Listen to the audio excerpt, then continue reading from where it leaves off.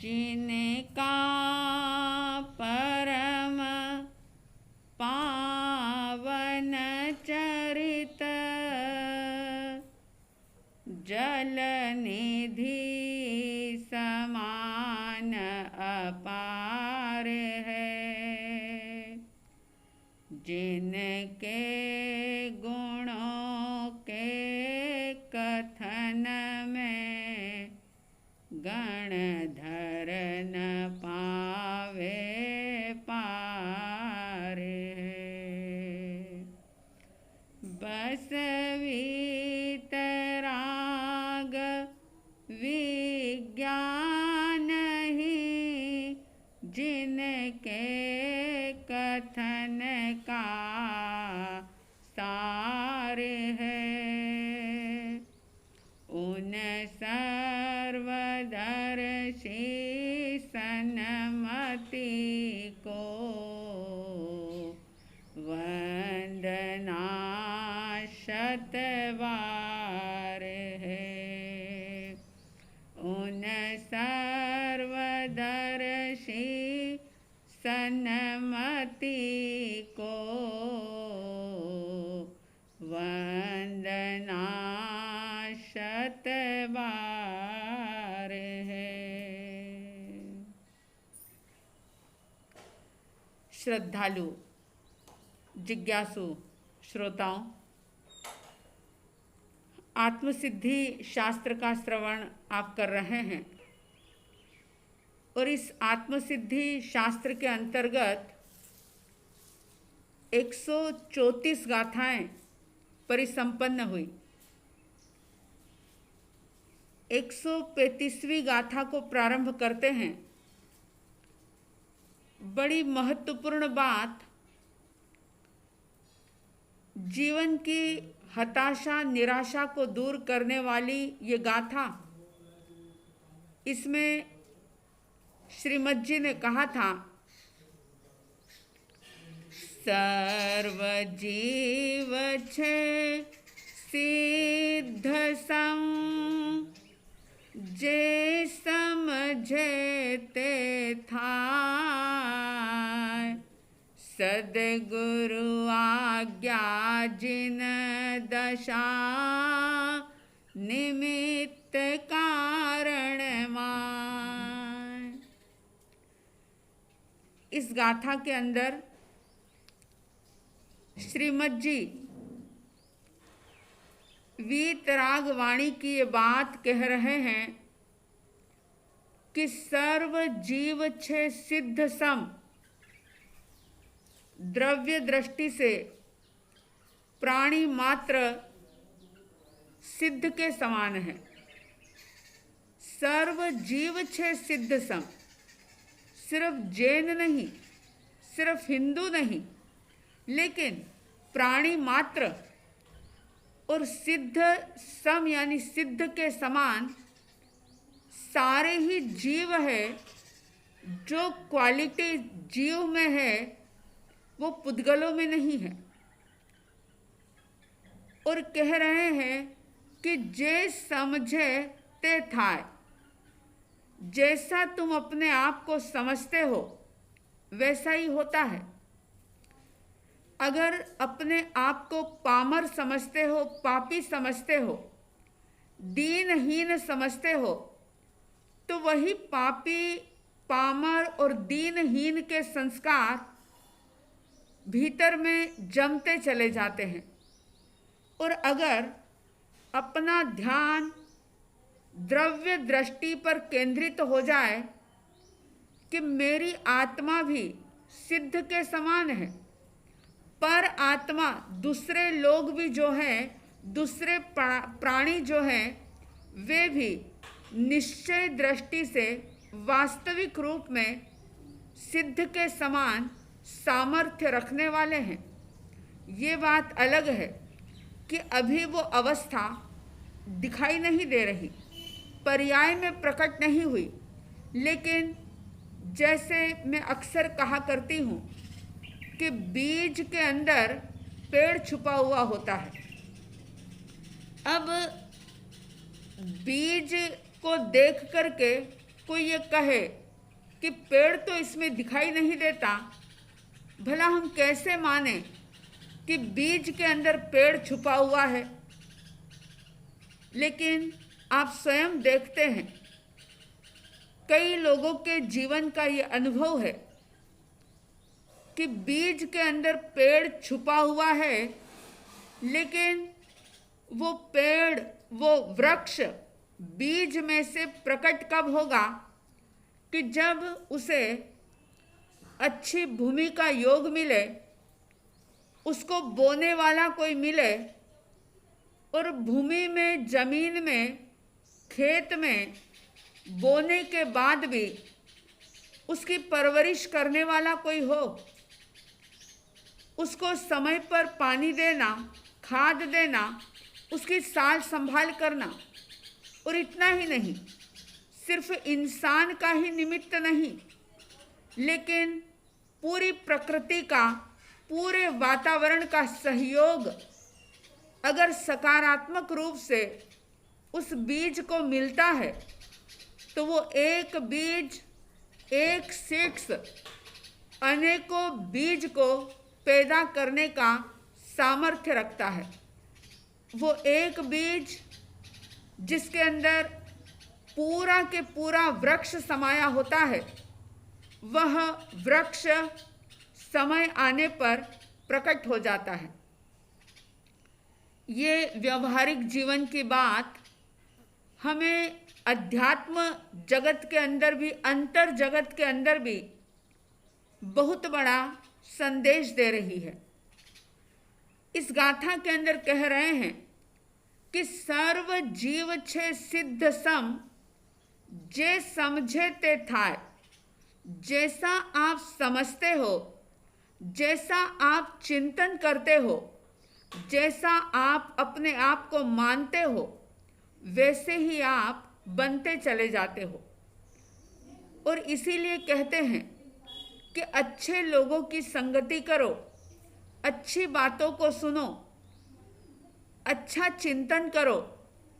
सब कुछ अगर आप अच्छा देखते हो, अच्छा बोलते हो, अच्छा सोचते हो, तो आपके भीतर में अच्छाइयाँ संग्रहित होती है, यानी एक आपका जीवन गुणों का गुलदस्ता बन जाता है। और अगर आप बुरे लोगों की संगति में हैं, अगर आप बुरा बोलते हैं, गलत ही गलत बातों को देखते हैं, दृश्यों को देखते हैं, दोषपूर्ण दृष्टि अगर आप रखते हैं और गलत ही काम करते हैं, तो ऐसे में आपका जीवन दुर्गुणों की गंदगी से भर जाएगा। और वो एक समय ऐसा आ जाएगा कि स्वयं के जीवन में रही हुई गंदगी की बदबू से वह व्यक्ति परेशान हो जाएगा, दुखी हो जाएगा। लेकिन तब तक समय निकल चुका होगा, समय बीत चुका होगा, हाथ में कुछ भी नहीं बचेगा। इसलिए बहुत बड़ी बात कह दी कि वर्तमान स्थिति को देख करके सुखी दुखी मत हो।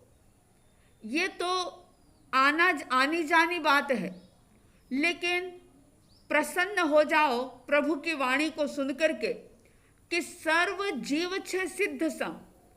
अगर किसी के प्रति कोई दुर्भावना पैदा हो रही है, किसी के प्रति कोई वेर का भाव पैदा हो रहा है, किसी की कोई क्रिया को, कार्यकलाप को देख करके अगर गुस्सा आ रहा है, अहंकार पैदा हो रहा है, छल कपट हो रहा है, लोभ लालच का भाव बढ़ रहा है, राग या द्वेष हो रहा है, तो उस समय में इस बात का चिंतन करो कि सामने वाला जो भी गलत कर रहा है, ये उसके अपने कर्म के उदय का प्रभाव है।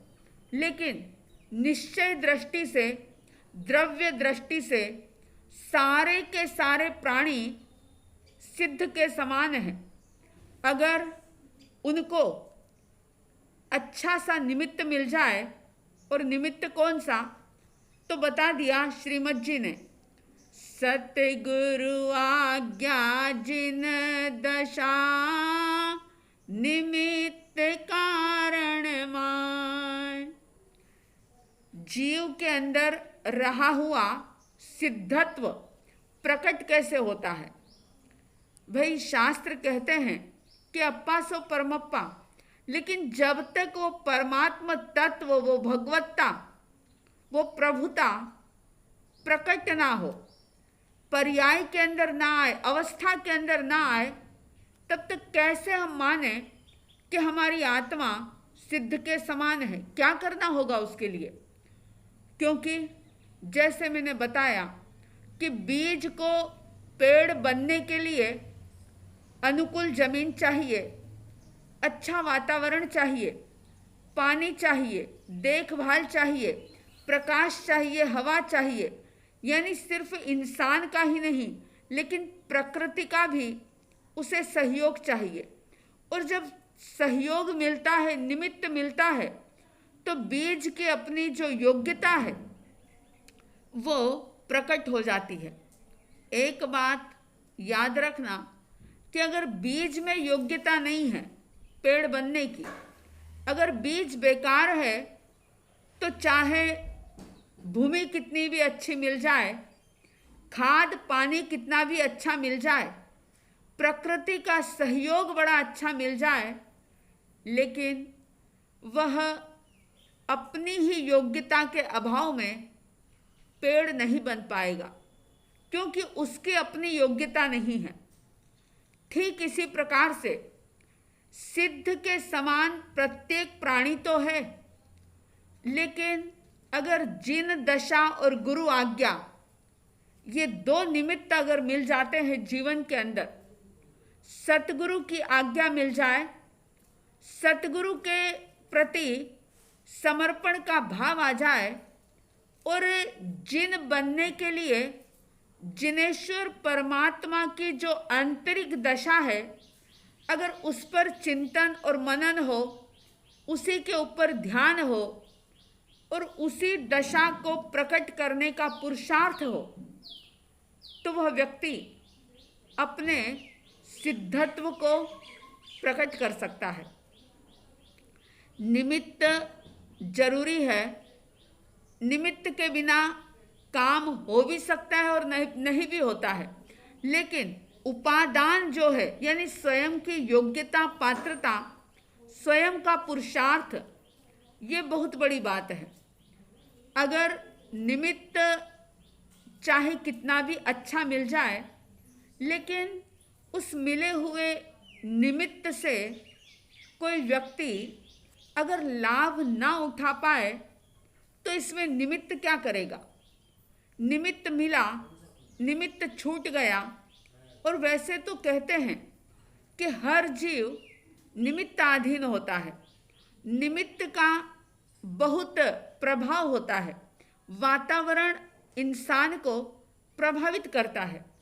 और ये शायद आप सभी के जीवन का अनुभव होगा कि अगर आप मूवी देख रहे हैं, अगर आप कोई पिक्चर देख रहे हैं, तो वो देखते देखते आपकी तन्मयता उसके साथ बढ़ जाती है। हर्ष का दृश्य आने पर आप हर्षित होते हैं, दुख का, पीड़ा का कोई दृश्य आने पर आप स्वयं पीड़ित होते हैं, हंसने का दृश्य आने पर आप हंसते हैं, और रोने का दृश्य सामने आता है तो आप रोते हैं। यानी जैसा निमित्त मिलता है, व्यक्ति उस निमित्त से बहुत जल्दी प्रभावित होता है। और वही व्यक्ति अगर गुरुओं के सानिध्य में रहता है, अगर जिन वाणी को श्रवण करता है, अगर आत्मा की बातें सुनता है, अगर वह स्वपर के भेद विज्ञान की बातें सुनता है, ध्यान की साधना अगर करता है, स्वाध्याय सुनता है, तो सुनते सुनते उसका मन भी उसी माहौल से प्रभावित होने लग जाता है, और वह व्यक्ति वैसा ही आचरण करता है। और इसीलिए सतगुरु जन, ज्ञानी जन बार बार एक बात कहते हैं कि हमेशा अच्छे निमित्तों के बीच में रहो। अगर अच्छे निमित्तों के बीच में रहोगे तो आपकी जो योग्यता है, जो आपका उपादान है, वह सचमुच अच्छे मार्ग पर बढ़ने का सत पुरुषार्थ करेगा। जैसे मिट्टी के अंदर घड़ा बनने की योग्यता अगर है तो भी अपने आप घड़ा तैयार नहीं हो जाता, उसको कुम्हार का निमित्त मिलता है। और सिर्फ कुंभकार का ही नहीं, बल्कि चाक का, चक्र का, पानी का, कई प्रकार के संयोग मिलते हैं, निमित्त मिलते हैं, तब कहीं जाकर के मिट्टी से घड़ा बनता है। तो पहली बात तो ये कि हम ये निर्णय कर लें, निश्चय कर लें कि मेरी आत्मा और पर आत्मा यानी प्राणी मात्र जो कि सिद्ध के समान है। और जैसा हम सोचते हैं, अगर हम अपने आप को पापी मानते हैं, दीनहीन मानते हैं, कमज़ोर मानते हैं, दुर्बल मानते हैं, तो हम वैसे ही बनते चले जाते हैं।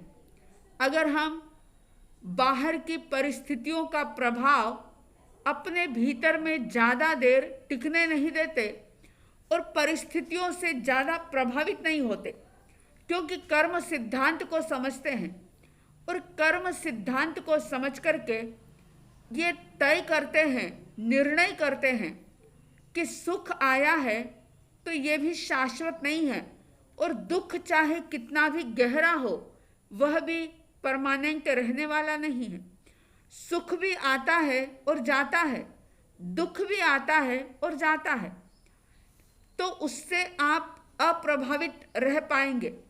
और जब उससे आप अप्रभावित रहेंगे, यानी परिस्थितियों का प्रभाव अगर आपके ऊपर नहीं होगा, और आप ये सोचेंगे कि ये जो शरीर या शरीर से जुड़े हुए रिश्ते नाते या शरीर की कोई बीमारी ये मुझ में नहीं है, मैं आत्मा जो कि सिद्ध के समान हूँ, अगर मैं जिनेश्वर परमात्मा की दशा का, सिद्ध अवस्था का अगर चिंतन करूं, मनन करूं और सतगुरु की जो भी आज्ञा है, जो उन्होंने आज्ञा की है, उस आज्ञा के आधार पर चलूं।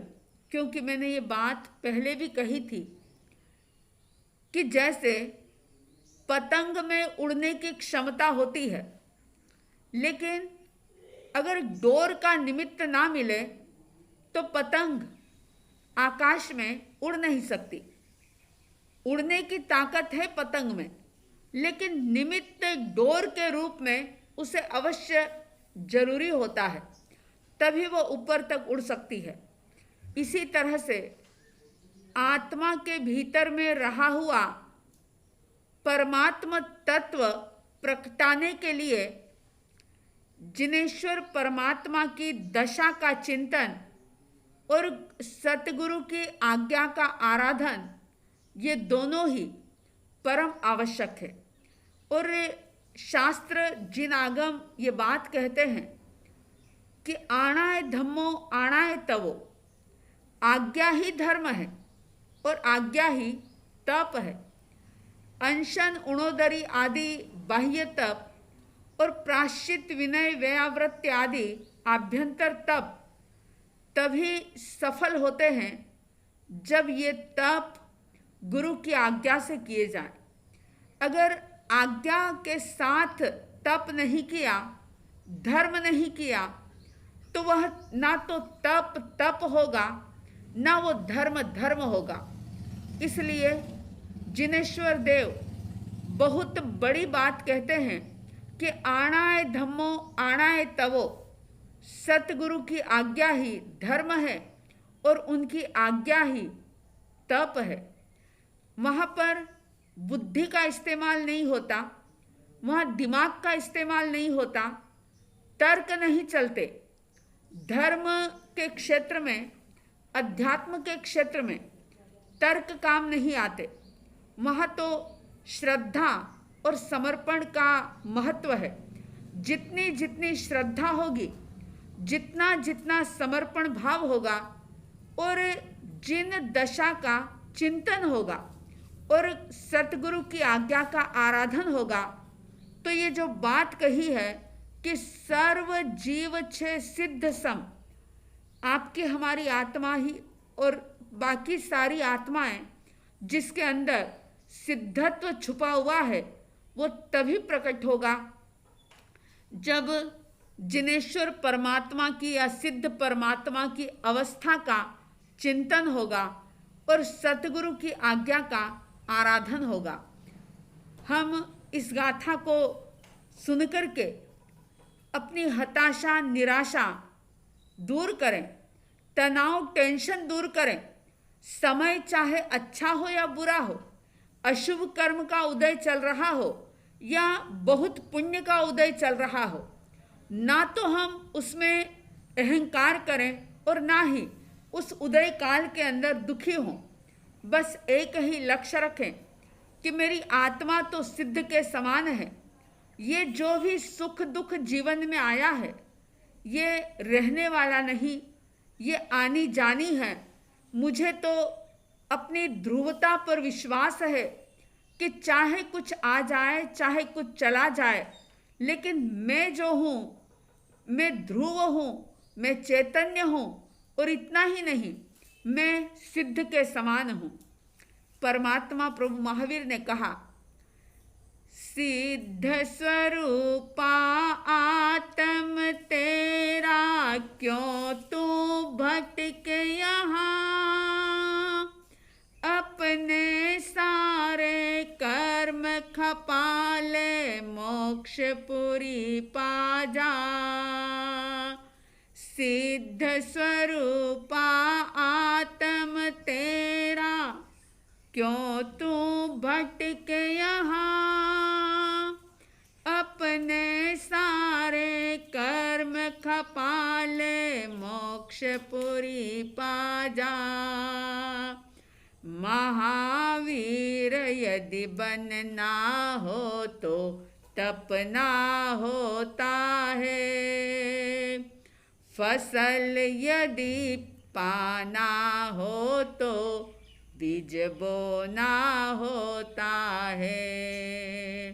जीवन में कुछ पाना हो तो खोना होता है, फसल यदि तो बीज बोना होता है। आप में सब में ये दृढ़ आस्था जागे कि मैं सिद्ध जैसा मेरा आत्म स्वरूप है, मैं सिद्ध परमात्मा के समान हूँ।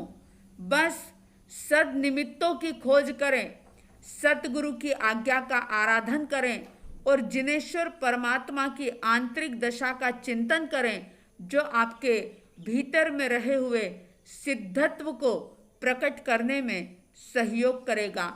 इन्हीं शुभ और मंगल भावनाओं के साथ जय प्रभु महावीर, जय गुरु आनंद।